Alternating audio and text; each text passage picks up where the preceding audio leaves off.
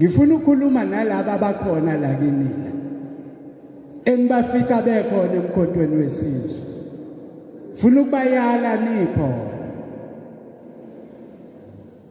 Kungcono ngoba ngiyabazi abanye babo.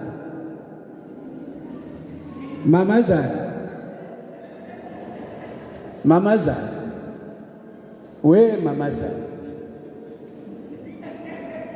Nize ningakhohlwa ukuthi enye into esikhiphe kwa ANC i-gatekeeping. Skiphile kwa ANC saphuma.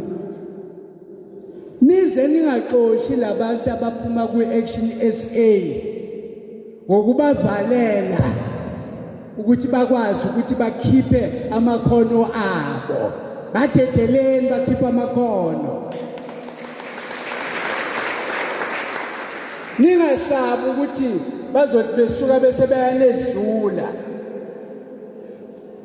Yana sebenedlule kulungile phela kusho ukuthi vele beningenzi lutho badedeleni benze utho.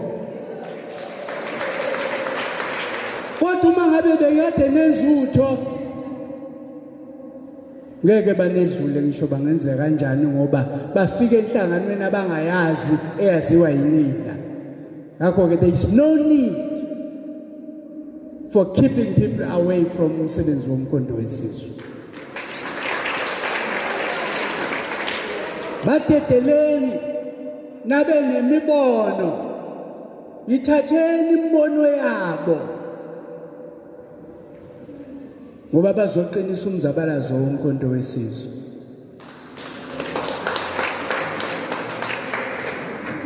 Ngifuna ke ukuthi ngineluleke ngenye lento engiyikhulumayo niyayazi nina esinane emkhontweni wesizwe. Ikakhulukazi niyazi mina ukuthi ngashiwa yibo bonke omakoti bangishiya nezingane zabo asala ngedwa kwa ANC. Niyakwazi lokho. Niyazi futhi ukuthi ngithe ngifika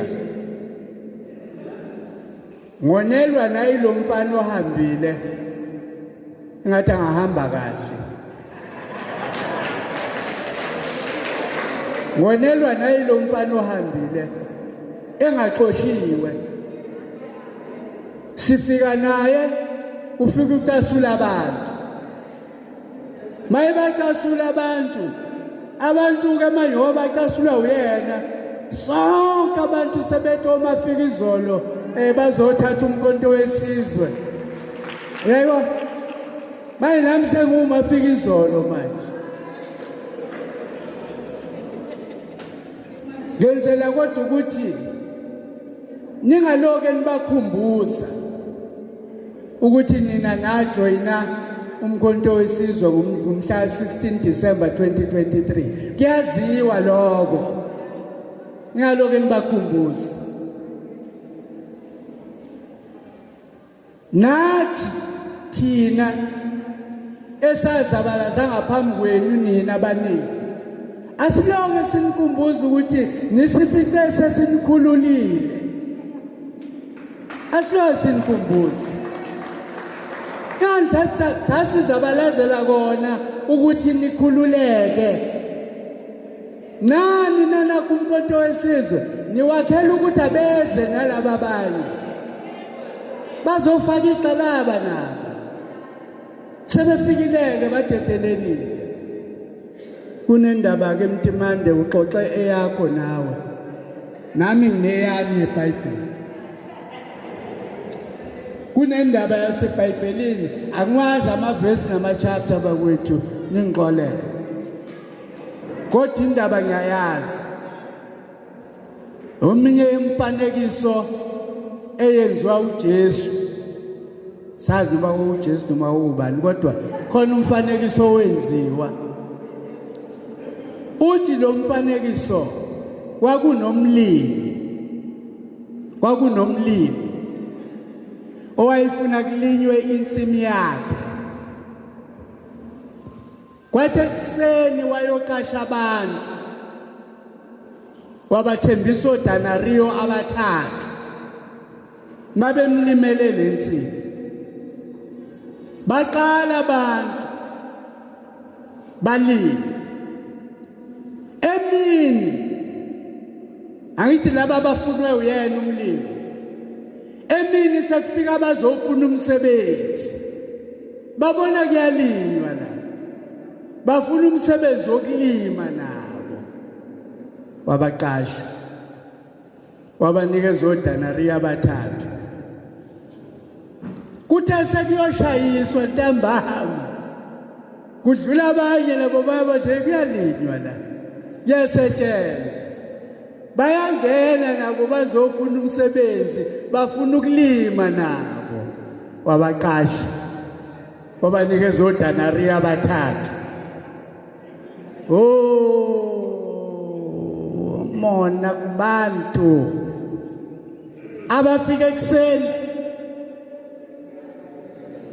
sebelwela ukuthi sisebenze kangaka thina kodwa nalabo banikeza oDanario abathathu nalabo banikeza oDanario abathathu thina sisebenze ngaphekwabo nje umlimi waseyabakhumbuza ke Mtimande ukuthi isivumelwano sami nani besithini besingasho yini ukuthi oDanario abathathu isivumelwano sami nalaba besithini asisho ukuthi oDanario abathathu wabakhumbuza ukuthi isivumelwano yona ngqikithi akuwona umsebenzi wakho isivumelwano uma ngabe nani nafunga nina nafika kuqala yazini ukuthi zokhuluma umuntu omnyama yileso sivumelwano esinaso uma kufika umuntu namhlanje ezokhulela umuntu omnyama sizoba naleso sivumelwano naye asizukwehluka Viva Jacob Zuma viva long live the spirit of Jacob Zuma long live Jacob Zuma long live waza mkhonto wesizwe kwaza jikjela mkhonto wesizwe jikjela welcome home members of Action SA abasebehlukile sizoba nani let's march forward to victory forward to victory forward phansi ejiyeni phansi ngamasela phansi ngabantshontshayo phansi ngamadola kusofa phansi siyabonga